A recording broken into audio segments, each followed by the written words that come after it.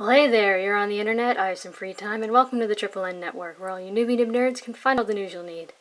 Let's look at an ink today, shall we? Now, today's ink I have in sample form, and this sample, along with, I think it was last week's, what was it? Oh, Alexander Hamilton. These two are probably the oldest samples that I have, and I don't know if it's going to settle, but yeah, it's a Goulet sample, so it only has 2 milliliters in it, and I think I only used 1, and it was used to do these tests. I was saving it because I kind of like the color. It's sort of a purpley maroon. However, I may have left it for a bit long. So the sample is probably about 2 years old, and that might be why there were some behavioral issues later on. The 2 pens that I used, one was this Knox Aristotle, sorry, with an extra fine nib. The problem is, I doubt this will come up on camera, but there's actually a bit of a separation between the nib and the feed, and no matter what I've tried to do to fix it, I just can't get them to stay together. So the only way this pen works is if it's really, really wet.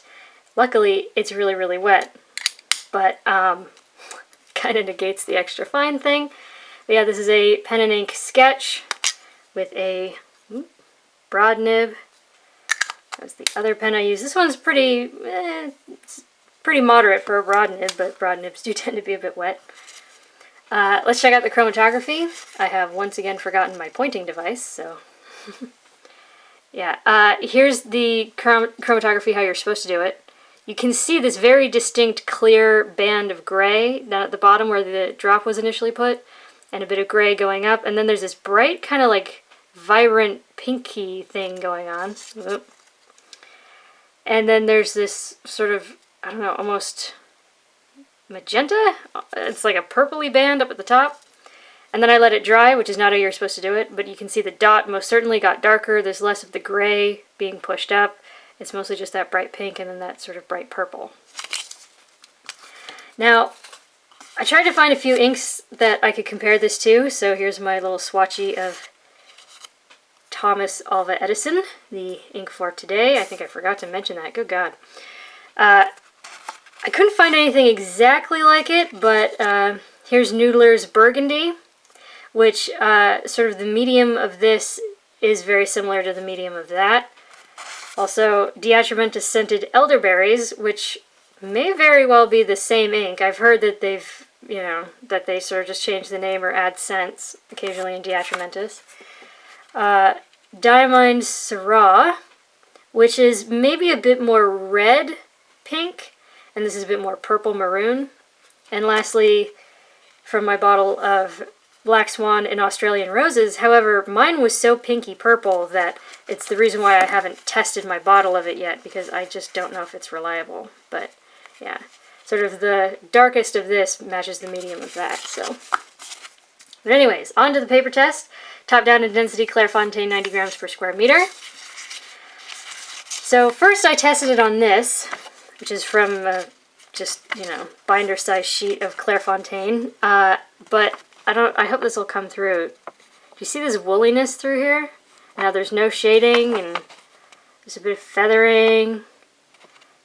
Usually it's pretty well behaved on this paper, so and there was like way more bleed than I was expecting, so I was like, alright, I'll find another sheet.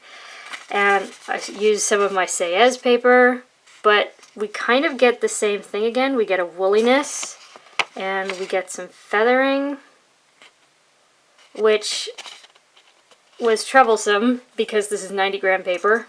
But yeah, these are the results I got, but this is a nearly 2-year-old sample, so yeah. Anyways, the wet extra fine took 6 seconds, the broad took 12. It's a nice color, but yeah, there's some problems. The problems seem to be in that whenever I would put the pen down for a second, so like when I wrote this and then put it down to pick up the broad to write that, when I picked it up again there's some feathering, and then the same thing would happen to the broad. When I had written that, put it down so I could write this, when I picked it up again there's feathering there. But yeah, and there's some troubling show through in a few spots, but again, it mostly crops up where I've just put the pen down again, so yeah. But anyways, the water test, pretty good. Most of the purple washed away. Well, kind of. There's still some good bit of purple remaining here. It's not the easiest thing to read, especially in the extra fine, but if you had to, you probably could. Now next up is Fabriano paper, which is a paper I've started to include in my tests. I'm a great fan of this paper, and part of the reason why is it often can handle inks that even my Rhodia or my Clairefontaine has trouble with, like this one. Let's take a good look at this, because it's pretty on here. Yeah. See the shading? Isn't that nice? And I feel like I almost could have gotten sheen if I laid it on even more, but I kind of didn't want to push it. Now, on here, the extra fine took 9 seconds, the broad took 17. This is 85 gram per square meter, and it's not ceramic coated the way Rhodia is, but yeah. We get a very nice color of maroony purple on here. It's quite nice. We get a bit of a halo effect. I hope that'll come through in the writing a bit. You definitely get shading. And finally, there is no feathering. There is no spread.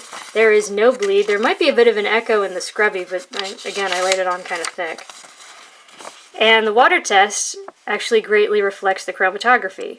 What remains is gray, and the purple washed away. So, yeah. Next up is Rhodia, 80 grams per square meter, where once again, we're back to kind of that woolliness, and back to feathering, where the pen gets put down before being picked up again. But, yeah, so that was disconcerting. This is probably a cautionary tale. Do not expect samples to last forever. But yeah, you do get a little bit of shading in the words, not a whole lot. Now bear in mind there is a very bright light coming in this direction. But yeah, there's a couple of troubling little things. Now, the water test, what remains is gray, and the purple mostly washed away, which is kind of what the chromatography would imply. Now, next up is Tomoe River paper, which is a cream paper, and I feel like it sort of does something to the color. It's kind of nice. It almost softens it a little bit. I don't know. But, yeah, here the extra fine took 17 seconds, but remember that is a fairly wet extra fine, and the broad took 26. But yeah, so this paper is known for drawing out dry times, which it certainly did. I feel like, I don't know if this is going to show up on camera, but there's a tiny, tiny bit of like a halo sheen in the wettest parts of the scrubby, but it's just kind of like a shiny black gold thing. But yeah, I had to lay it on really thick to get that, and I kind of paid the price. It's not fully to the other side, but you can definitely see that despite the bright light. You do get some nice shading. You get a wonderful black halo effect around the wettest parts, which is most noticeable in the broad. I'm hoping it'll show up on camera. But yeah. Now, this paper loves to let ink slide away when you add more water, and it most certainly did here. However, I hope this comes through. That gray is actually pretty noticeable. If you had to recover that, you could. Now, for the next 3 tests, I only used the extra fine except to write the names. However, since this is a fairly wet extra fine, we're going to have some problems. Most noticeably, spread. If you look at the difference in line width here and here, I mean this, yeah, it actually mostly matches the broad. So there was a lot of spread. There was definitely woolliness. You lose even the idea of shading. It took 2 seconds to dry. You could practically read that from the back, despite the bright light coming in this direction. That's rather depressing. However, this is the world's worst copier paper, so maybe a step up wouldn't be quite as bad, or a not really wet extra fine. You might get better results. But I kind of love this chromatography test. You have this really clear gray at the center, but then you have this bright pink exploding off of it. It kind of almost looks like tie-dye. It might not be the easiest thing to read, but it is definitely fun to look at. Now next up is Mead Notebook Paper, which is physically thinner than 20-pound copier paper, and is really cheap, and you can find it in pharmacies. But it also didn't spread as much as it did on the 20-pound paper. And it also didn't bleed as much. But it did bleed a little, which I'm not shocked about, because this is very cheap paper. But it did feather a great deal, to the point of being quite distracting, which was disappointing. So, yeah. It took 2 seconds to dry. There's no shading. It's not ideal, but could be a lot worse. Now, the water test, again, is fascinating to look at. You have this very clear, I hope this comes up on camera, you have this extremely clear gray at the center, and then this bright pink shooting off, so, yeah. Now, lastly is Moleskine notebook paper, which is terrible and I hate it, in part because it hates ink, which it most certainly did here. For some reason it took 4 seconds to dry. I can't really explain that. But, yeah. Oh, look at that feathering. That's insane. I mean, that's woolly. That's really woolly. And look at the texture in the scrubby. It's just... Now, yes, this was an extra fine, but it was really wet extra fine, and this is an oddly aggressive acting ink. So, probably not the best combination, but... I mean, every single centimeter of writing nearly made it through, and actually, in several places, especially in the dots, it rendered onto the page below, so that was some serious bleeding. Now, if my camera will stop freaking out, the water test is kind of insane. If you'll notice, even the gray at the middle started to feather and explode a bit, which we didn't really see in the other tests, but yeah. Still, again, the pink is exploding off of it. But, yeah, so there you go for your consideration.